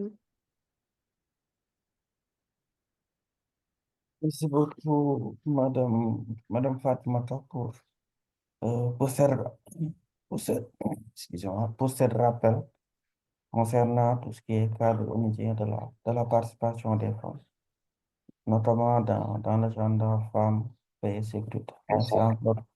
Merci encore pour cette intervention de qualité et l'ensemble des informations que vous avez eu à partager avec nous. On sent nettement que à travers l'intervention des différents intervenants, on sent on sent cette conciliation que les femmes jouent un rôle important dans la résolution des conflits. Alors, on vous remercie encore pour cette participation dans ce webinaire-là. On a eu à avoir beaucoup d'informations concernant les actions concrètes des rôles des femmes dans la résolution des conflits et de la promotion de la paix. Sur ce, je vais donner la parole à Guy, d'accord, qui va un peu aller dans le cadre de tout ce qui est questions et réponses pour un peu continuer ce webinaire. Merci Bamba et merci à tout le monde pour les riches contributions, riches présentations. Alors, en parcourant le chat, j'ai vu qu'il y a quelques questions, mais aussi qu'il y a des réponses qui ont déjà été apportées. Donc, merci aux intervenants qui regardent le chat et qui apportent des questions. Notamment, j'ai vu Suzanne qui a répondu, j'ai vu M. Gay qui a répondu aussi. Et les échanges vont bon train. Donc, maintenant, je voudrais peut-être demander si un participant souhaitait prendre la parole pour peut-être poser une question, faire un commentaire, partager une expérience. On peut se donner encore 10 minutes. On a eu 10 minutes au retard au départ de l'émission, je vais dire de webinaire. Peut-être si on se donne 10 minutes maintenant, on peut faire un tour. Je vois la main de Sylvie qui est levée. Bonjour Guy, bonjour tout le monde. Bonjour Sylvie. Merci d'abord pour cette brillante présentation. C'est vrai que c'est ma première fois. Et je suis dans la paix, c'est la première fois, pas la première fois en tant que telle, bon, mais quand je dis première fois d'échanger avec plusieurs personnes qui, pour ma part, ont les mêmes problèmes que nous au Cameroun. Je suis déplacée interne et quand je dis déplacée interne de la crise dite anglophone, peut-être il n'y a que Guy qui comprendra ce par quoi je suis passée ou alors mon histoire n'est pas uniquement c'est mon histoire, mais l'histoire de plusieurs autres personnes. Quand je parle de visibilité, je parle pour moi et moi, quand je parle de visibilité, le challenge que nous avons, nous les femmes ou alors filles, à prendre part ou alors faire partie d'un réseau alors où que nous puissions être entendus, se pose à partir du moment où quand tu es avec, dans mon cadre par exemple, où tu es tu fais dans un domaine et à un moment donné, quand tu rencontres ces grandes OSC qui, pour ma part, devraient t'encourager ou te tendre la main et te dire il faut entrer dans ce couloir, il faut prendre tel couloir, on te met les mots dans la bouche. En fait, quand tu dois représenter une structure ou alors parler des expériences, tu ne dois pas parler pour toi, mais tu dois parler au-delà ou alors pour la visibilité d'une autre OSC ou alors pour les bienfaits d'une personne X que je ne voudrais pas citer ou alors des personnes X que je ne voudrais pas citer. Maintenant, nous avons ce que nous appelons Dieu aidant, nous avons les médias, les réseaux qui sont arrivés et ça nous permet à nous de faire des recherches. Et c'est comme ça, on arrive pour nous les femmes qui sont là présentes. De temps en temps, il y a des appels, il ne faut pas dire c'est donné, ce n'est pas donné. Voilà comment je me lance dans un appel qui a été l'année surpassée à joindre un réseau, le Network of Women in Law and Policy Against Organized Crime for West and Central Africa. Par contre, avec mon association, quand la crise a commencé, quand les jeunes ont commencé avec le business des ossements humains, ou alors nous avons commencé une campagne contre ça, on a travaillé contre ça et on a pris des actions, on a travaillé en pourparlers avec les leaders religieux, avec les chefs traditionnels. Quand on a parlé quand on a suspendu les établissements, nous nous sommes rapprochés des leaders religieux, des mamans, nous avons fait porter des sensibilisations et nous avons demandé que même les séparatistes Nous les avons rapprochés. On a dit, nous ne pouvons pas nous mettre à faire des trucs et demander aux enfants d'arrêter d'aller à l'école. Et c'est comme ça, au début, c'était difficile. Au départ, c'était pas évident, mais il y a des écoles qui ont commencé à ouvrir. Il y a des séparatistes qui sont tout petitement sont en train de voir dans notre logique et accepter que les enfants retournent à l'école. Maintenant, est-ce que ma visibilité a été travaillée du côté du Cameroun? Non. Est-ce que ça a été je suis restée dans mon espace à ne rien faire? Non. J'ai eu l'inclusion des jeunes de par de mon association. J'ai créé ce qu'on appelle l'inclusion de la jeunesse à la paix dans ma communauté Kumbo, où j'ai lancé les activités en passant par le sport, parce que ces jeunes, ils adorent le sport. Et j'ai implémenté le rugby, pas parce que je voulais, mais parce que j'ai fait ce qu'on appelle a feasibility study. Et c'est comme ça a pris, ça a lancé. Et j'ai ramené les jeunes dans cette localité, même après qu'on m'ait demandé de laisser le village ou la communauté. Et après le kidnapping de mon papa, pour sauver nos vies, nous avons décidé de laisser tout ce qu'on avait investi par le passé et recommencer de zéro. On part de là maintenant, mais ça fait mal quand en Afrique, tu travailles avec des personnes qui, au lieu de travailler ta visibilité, essayent de promouvoir leurs propres effets. Maintenant qu'ils travaillent ma visibilité, c'est The Network of Women in Law avec lesquels je travaille depuis l'année passée, qui sont en train de mettre en avant le travail que j'ai eu à faire depuis 2017. Par contre, ceux-là qui sont avec moi sur le terrain essayent d'enterrer ce travail. Donc, quand je dis travaillons notre vie, quand vous dites travailler de la visibilité, on travaille comment? Ce n'est pas tout le monde qui a cette chance que j'ai de maîtriser l'Internet, d'avoir un minimum ou alors un minimum requis d'éducation. Et pourtant, je connais des filles qui n'ont que le niveau BEPC ou ordinary level, qui sont dans la lutte pour la paix dans nos communautés dites en conflit et qui sont en train de prévenir, d'autres qui sont dans des communautés autres qui sont en train de lutter ou alors d'essayer de faire valoir la prévention de la paix. Mais parce qu'elles sont limitées financièrement, il y a des activités qui ne peuvent pas être faites. Mais qu'est-ce que je leur demande de faire dans ce cas-là? Moi, je crée des activités de résilience telles que j'ai proposé à Fatoumata, où ma famille et moi, nous avons eu, je ne sais pas si c'est une chance ou une opportunité, où nous faisons dans la cacaoyère, on essaye de produire, ou alors on essaye on dit nursing en anglais, que nous distribuons aux femmes victimes ou alors les survivantes de violences, des violences basées sur le genre ou alors de trafic humain. Et nous les encourageons à adopter les activités agro-pastorales pour d'abord leur suivre financier, pour retravailler leur morale et leur ramener à s'inclure ou alors leur inclusion dans la société ou alors la cohésion sociale, si vous voulez que je le dise ainsi. Mais maintenant, moi je dis, on a beaucoup, nous les femmes, nous avons beaucoup à faire et ça sera une très bonne chose pour nous par moment de dire, laissons d'abord, quand on dit les diplômes, c'est une très bonne chose. Mais il y en a qui n'ont pas eu cette chance de continuer avec les études parce que limités financièrement, ou alors il a fallu que d'autres, les petits frères ou alors d'autres aillent de l'avant et atteignent aussi le niveau où elles étaient.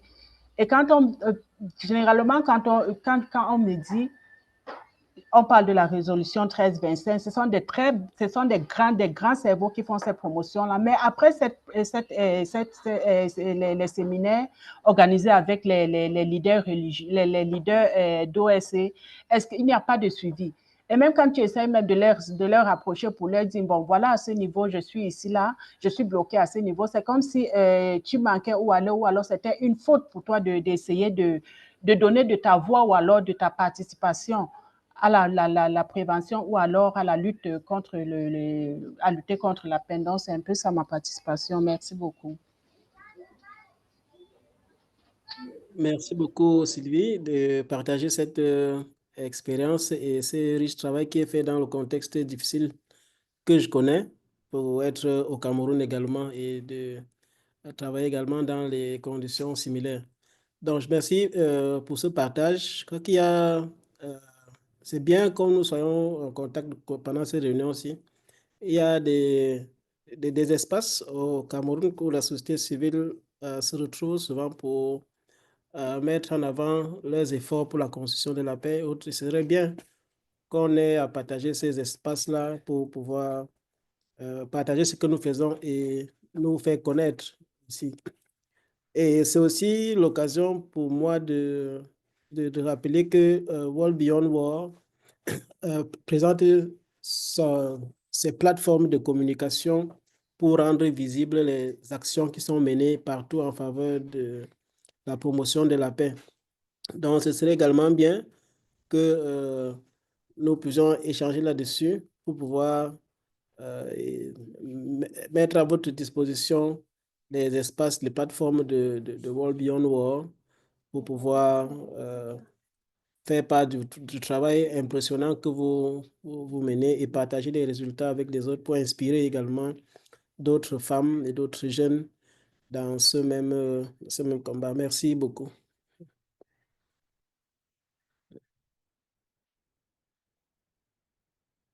Alors, est-ce qu'on a une autre prise de parole?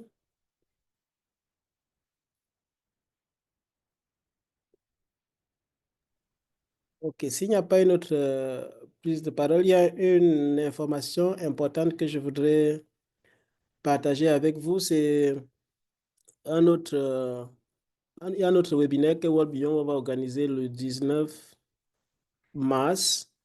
Oui, il porte sur les femmes dans les zones de conflit. Ça correspond parfaitement à l'environnement que Sylvie a décrit tantôt. Je pense que ça serait d'un intérêt de partager ça. Je partage le lien dans le chat là pour inviter les uns et les autres à s'enregistrer et participer. Comme je l'ai dit, c'est un événement qui permettra d'amplifier les voix des femmes qui ont été affectées par les conflits dans les diverses parties du monde. Donc, ce webinaire vise à mettre en lumière les profondes répercussions de la guerre sur les femmes et les enfants et à discuter des mesures pour atténuer ces effets. Donc, je pense que ce sera intéressant pour tout le monde ici de faire partie. Je vous envoie tout de suite le lien.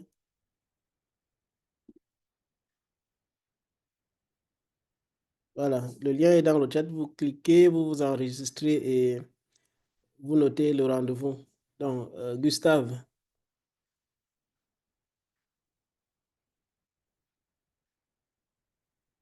Gustave, vous pouvez ouvrir le micro et parler. Bonjour tout le monde, bonjour l'Afrique. Je suis le révérend Gustave Baye, je suis du Cameroun. Je voulais juste ajouter, ayant écouté tout ce qui a été dit par Mme Kaye et le chèque, il y a quelqu'un qui a parlé de ce que Donald Trump est en train de faire. Ce qui est vrai, c'est que la société civile africaine ne sera plus le même parce que pas seulement l'Amérique, mais tous les pays vont commencer à parler des dépenses fédérales et des dépenses de l'aide internationale. Ça commence déjà. Les Allemands, les Français, tout le monde va y entrer dedans parce que ce que l'Amérique est en train de faire, c'est que chacun doit s'occuper de soi. Et ce qui veut dire, c'est que le dynamique société civile africaine doit aussi prendre ça en charge. Donc, je voulais juste relever deux choses. C'est un peu fatigant de dire que les femmes ont besoin d'être permettre. Le mot permission, pour moi, pendant le 14e journée des femmes, devient déjà faible. Les femmes n'ont besoin d'aucune permission pour faire le changement qu'ils doivent faire. Dans l'histoire africaine, tout le changement qui a été fait par les grandes femmes, les femmes traditionnelles, a été fait par des femmes aussi locales et non éduquées. Mais c'est parce que quand la population des femmes dit assez, elles deviennent très fortes. Le problématique que je vois, c'est que depuis les 15 ans que je suis dans la société civile, c'est que même le travail des femmes est devenu élitiste. Parce que nous voulons que ça devienne comme un travail, la société civile devient comme une partie élitiste de la société. Ça veut dire nous allons dans les communautés et dire aux femmes ce que les femmes doivent faire. Nous espérons que ces femmes comprennent ce que nous sommes en train de dire. Nous utilisons les mots européens, les concepts européens et tout. Et ça veut dire on ne prépare pas les Africains eux-mêmes, nos mamans, nos frères, nos sœurs, à être engagés dans les choses les plus petites que la loi traditionnelle sur la journée des femmes. Parce que quand les femmes commencent à prendre intérêt eux-mêmes, c'est là où le changement a toujours commencé. Les femmes libériennes, les femmes dans toute l'histoire, les femmes, même chez les Blancs, même les femmes qui ont changé les choses dans les guerres mondiales, c'était les femmes qui n'étaient pas les femmes des grandes écoles. Mais c'est parce que quand la population s'engage, ça va.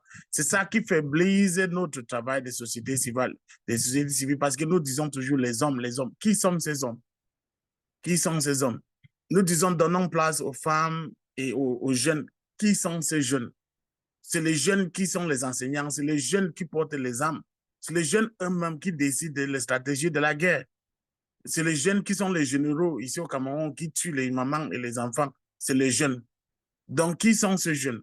Le problématique, c'est le global d'utiliser des mots dans certains contextes en oubliant que le contexte général du monde, en politique, il y a les jeunes, en politique, il y a les femmes, en administration, il y a des femmes, en administration, il y a les jeunes. Donc, quand l'administration ne marche pas, ça doit être le problème de tout le monde. Quand la guerre est là, ça doit être le problème de tout le monde. Chacun parle de paix, chacun parle de guerre, mais l'Afrique n'a jamais parlé de son sort lui-même. Je crois que deux choses que je voulais dire, c'est que, les femmes africaines doivent savoir que nous pouvons toujours gérer l'implication des femmes dans tout problème africain. On n'a pas besoin de financement blanc ni de stratégie blanc parce que l'Afrique est riche en stratégies qui ont été utilisées dans le temps qu'on n'avait même pas des écoles blancs. Les femmes africaines sont fortes et intelligentes naturellement et que nous devons comprendre comment gérer les jeunes. Parce que les jeunes, disons les jeunes, dans un conflit, c'est toujours les jeunes qui sont en premier armés. Donc, quand nous disons que la participation des jeunes dans le processus de paix, c'est de savoir comment dire aux jeunes, c'est que nous cherchons des jeunes qui peuvent se tenir contre les autres jeunes qui portent les armes. Il faut que les jeunes africains sachent que la guerre, c'est leur problème. C'est eux qui sont en guerre contre eux-mêmes. Et ça devient leur propre problème. Et ensuite, nous devons sachez que 14e journée de la femme, les femmes n'ont pas besoin d'être données la permission. Tout ce thème masculin que nous utilisons, c'est toujours affaiblir les idées des femmes. Moi, je crois qu'en 2025, si les femmes veulent faire quelque chose, les femmes peuvent développer les stratégies, soit à inclure les hommes, soit à faire le plaidoyer avec les hommes, mais les femmes n'ont pas besoin de permission des hommes. Et qui dit que les hommes bloquent les femmes aujourd'hui, ça a dit que les femmes eux-mêmes ne sont pas autodéterminées. Je voulais juste dire qu'on entre dans une autre phase du monde où la paix va avoir une autre définition. Les Américains vont donner la leur, les Russes, l'Europe va bientôt donner la leur. Il faut que nous-mêmes en Afrique commençons à penser à ce que c'est, comment les femmes vont s'impliquer au développement de la paix en Afrique. Je vous remercie. Merci également, Monsieur Gustave, pour cette riche intervention. Je pense que c'est très clair sur l'invite à la détermination et à la recherche des méthodes africaines de résolution des conflits et de promotion de la participation des femmes. Cela me donne également une idée de voir dans quelle mesure nous pourrons avoir un autre échange uniquement pour parler de cette question-là de la détermination des Africains à trouver des voies et des moyens pour construction de la paix au niveau local. Je pense que je vais être en contact avec vous sur cette question-là pour que nous puissions préparer notre échange que nous allons faire. Nous allons déterminer la date, les modalités et puis nous allons inviter les gens également à intervenir. C'est un sujet d'actualité qui est pertinent, qui nous interpelle tous en tant qu'activistes et bâtisseurs de la paix. Nous devons vraiment réfléchir, revoir nos méthodes et préserver ce qui marche mettre de côté ce qui ne marche pas et identifier les nouvelles façons de progresser. Donc, je suis très, très d'accord avec cette proposition-là et je vais nous contacter encore pour pouvoir avoir cet autre échange-là. Donc, nous sommes à 15 minutes au-delà du temps qui était initialement imparti. Donc, si nous avons une dernière intervention, nous pouvons encore prendre 3 minutes pour conclure. À défaut, je pense que nous pouvons conclure maintenant.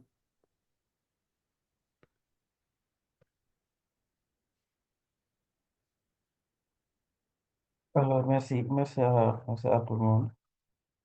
Merci encore pour votre participation, encore aux auditeurs, aux intervenants, pour la qualité des explications. On vous remercie encore, Madame Suzanne Botch, coordonnatrice du chapitre Bienvenue Sénégal, à Madame Ndeye Astou Silla, qui est secrétaire générale de la section du Sénégal de la Ligue internationale des femmes pour la liberté, et également présidente de FemmeNet Sénégal. Il y a eu également l'intervention de Madame Lecayer. Il y a eu également, excusez-moi, l'intervention de Bamba, M. excusez-moi. Oui, Il y a une main qui est levée, en fait. ok. Vous pouvez prendre la parole. Oui, Oui, Babinti de Wilf, Guinée. ok. Bonjour à tous. Je suis restée silencieuse parce que j'étais dans un environnement très bruyant, mais je ne voulais en aucun cas rater cette intéressante réunion à laquelle m'avait confié ma sœur Astou du Sénégal. Alors, les questions étaient assez épineuses et c'était les questions qui nous concernaient.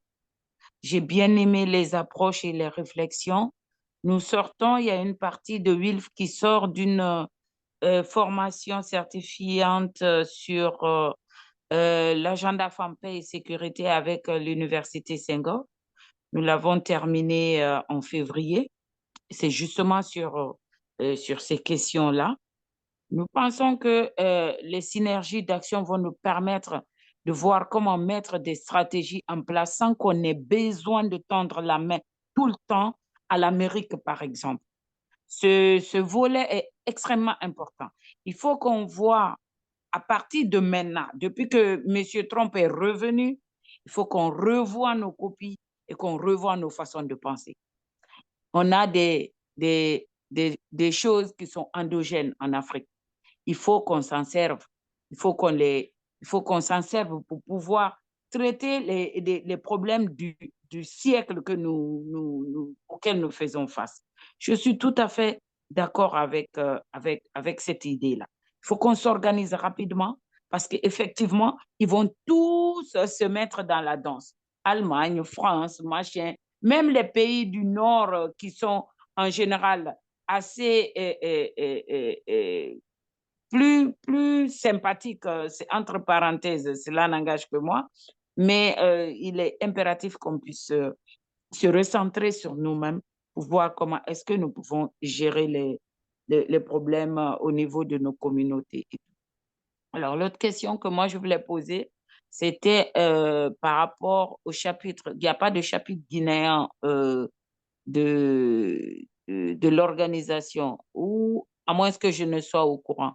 Et si ce n'est pas le cas, comment est-ce que nous pouvons nous positionner au niveau de la Guinée? Merci beaucoup.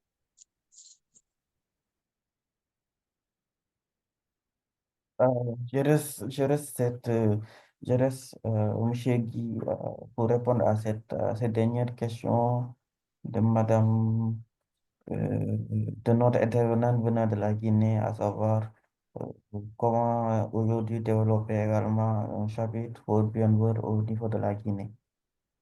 Merci beaucoup, Madame Mabinti, pour cette intervention et pour la question. Oui, nous n'avons pas encore un chapitre au World Beyond War en Guinée. Donc, vous êtes vraiment la bienvenue pour commencer un chapitre. en Guinée. Donc, je vais être en contact avec vous après cet échange également pour vous accompagner dans ce processus-là pour commencer un chapitre de World Beyond World en Guinée. Donc, ça serait vraiment plaisant pour nous de vous avoir comme initiatrice d'un chapitre en Guinée. Merci d'avance.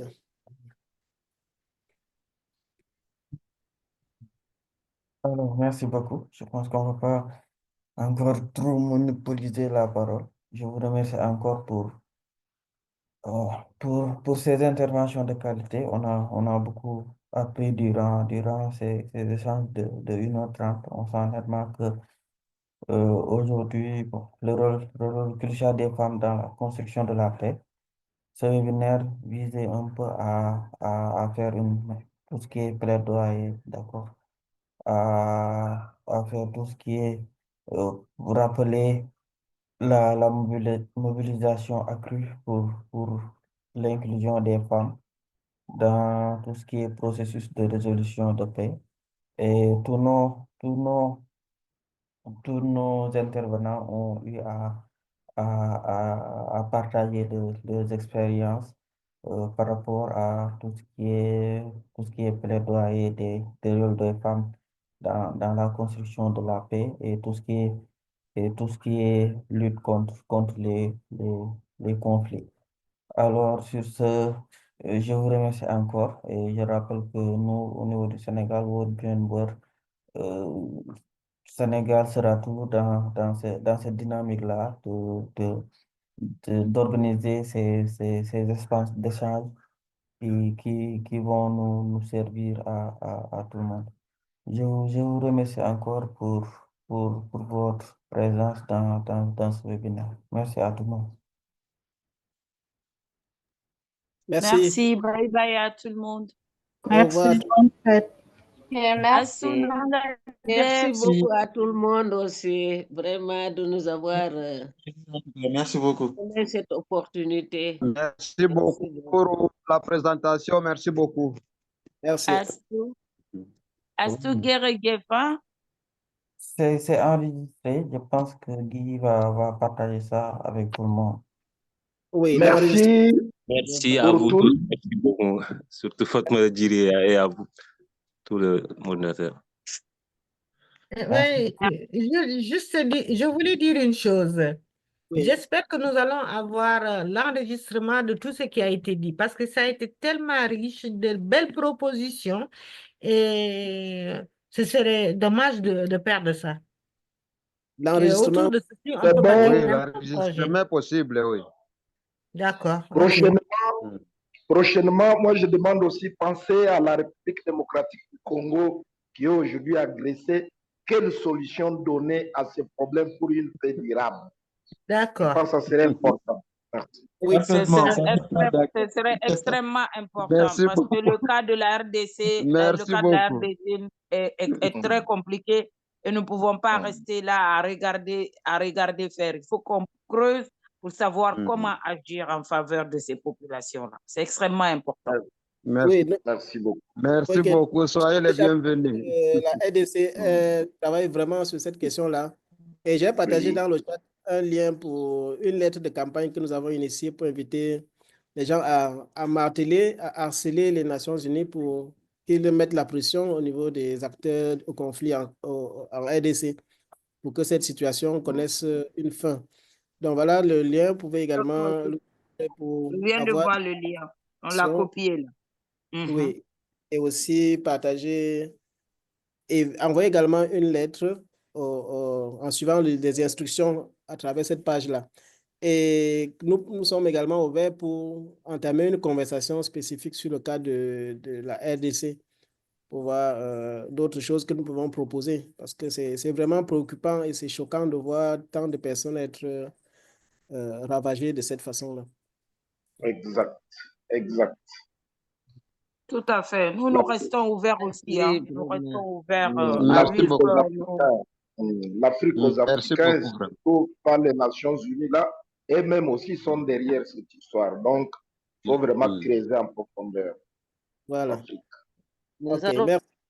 Merci beaucoup. La Et, solidarité africaine à la RDC. ouais. Et oui, hein, Astou, tu sais qu'au niveau de WILF Africa déjà, WILF International, nous avons fait déjà une déclaration commune. Et au niveau de WILF Africa, en plus de la déclaration, nous sommes en train de penser à une stratégie et une réunion se tiendra à New York au cours de la rencontre des femmes à New York, où nous la mettrons à profit pour faire une réunion où nous allons sortir une stratégie pour voir comment on fait face à ce qui se passe en RDC Congo. De toutes les façons, Nous la mesure où vraiment, nous encourageons. la présidente de WILF Africa et de la RDC aussi.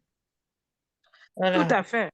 Tout Moi, à fait. moi, je pense que bon, nous allons certainement travailler dans ce cadre-là pour le problème de la RDC, mais il faudrait à tout prix que nous puissions avoir que des femmes ou des jeunes du Rwanda pour qu'on puisse, que la réflexion soit de façon équilibrée, que nous puissions avancer avec les populations qui sont de l'autre côté également.